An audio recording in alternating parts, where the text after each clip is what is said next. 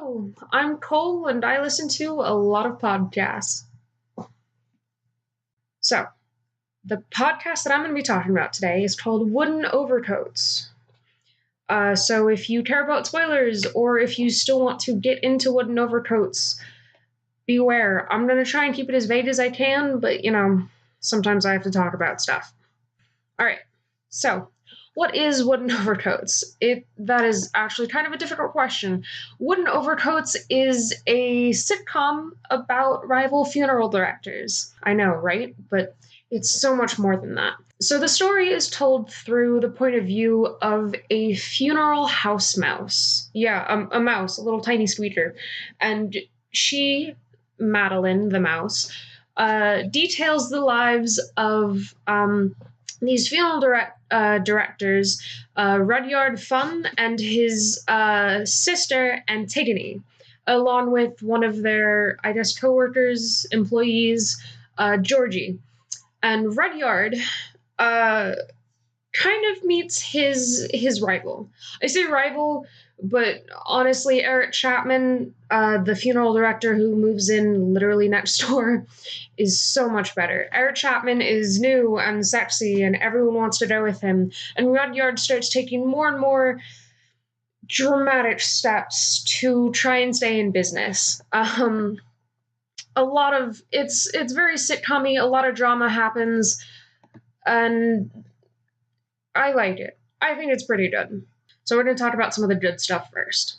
It is witty, it's hilarious, there are great characters. I really, really enjoy this. I'm not much of a sitcom kind of person, but it does a lot to bring me in, to draw me in. It's very fast-paced, which I can definitely appreciate. The running gags, and there are a lot of running gags, especially within character development, that are very funny. They remain funny throughout the season. They're pulled off very well, because if a running gag keeps going, it can occasionally get kind of annoying. Even the running gags that do go a bit too long, the characters react to it. Like if someone says the same thing over and over again, the characters will react to them saying the same thing over and over again. They will talk to and interact with characters who are doing these running gags and acknowledge the fact that the running gag is getting old. Foreshadowing is really, really good. So the characters Antigone and Rudyard Funn, in an attempt to come up with a plan, end up playing Bottle, and they're like, we're going to use the words that we find in Bottle to come up with a plan, and then in the end disregard all of the words they found in Bottle to make up a new plan. In the end, they end up disregarding all of the words that they've found and come up with a completely independent scheme. Now, I didn't realize it at the time. I had to go through it a second time, but plans they come up with later on in the season actually correspond to the Bottle words. Okay, so I'm going to really quickly talk about some of the bad stuff. And this is me getting a little bit nitpicky, because there's not a lot of stuff that I found that I didn't like. I mentioned earlier that this podcast is very fast-paced. The lines are delivered very quickly. There are a lot of little things that you can miss because of how fast these lines are said. Sometimes it's a character muttering something to himself, and it's halfway in between someone else's line, or something, the action has moved on to something else, and you can miss those funny things, and if you're not paying attention, you won't be able to hear it. Although, I suppose that does give the podcast some pretty good replay value, especially since you can go back and listen and find all those small little details. The plot for the finale is a little bit out of nowhere. Of course, there's like that last few episodes that like starts to build up to the finale, but it seemingly comes out of nowhere. Now, be careful, this is where spoilers are going to come in, because otherwise I can't talk about it. The finale kind of begins in the last two episodes, episodes 7 and 8, and it's kind of seemingly out of nowhere. It's brought to light that there may be a serial killer on the loose. And the serial killer's been going around and killing off all of these people, and it kind of is out of nowhere. Like, we hear nothing about it in the first, like, majority of the season. It's not hinted at anywhere that I can see. Um, kind of. It's not hinted at majorly in any way that I can see. Once you go back and kind of think about some of the smaller things, it starts to make a little bit of sense. Especially since they talk about how Eric Chapman moved in rather quickly because someone knew that he was going to be there, and talking about like how Eric Chapman's business is doing so well and it's because people keep dying, but it's kind of played off as people are just dying and business is business.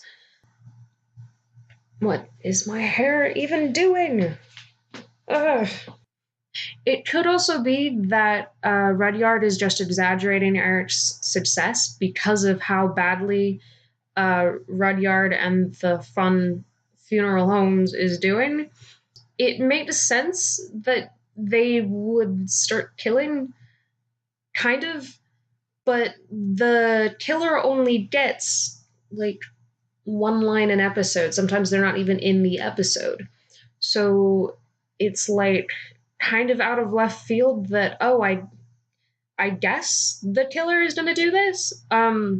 One of the main reasons they have is because they don't get appreciated or acknowledged, which I guess is kind of like a bit of irony, considering that they're also not that acknowledged in the actual podcast. So who knows? Maybe it's something deep. Maybe I'm reading too much into it, but I'll let you decide.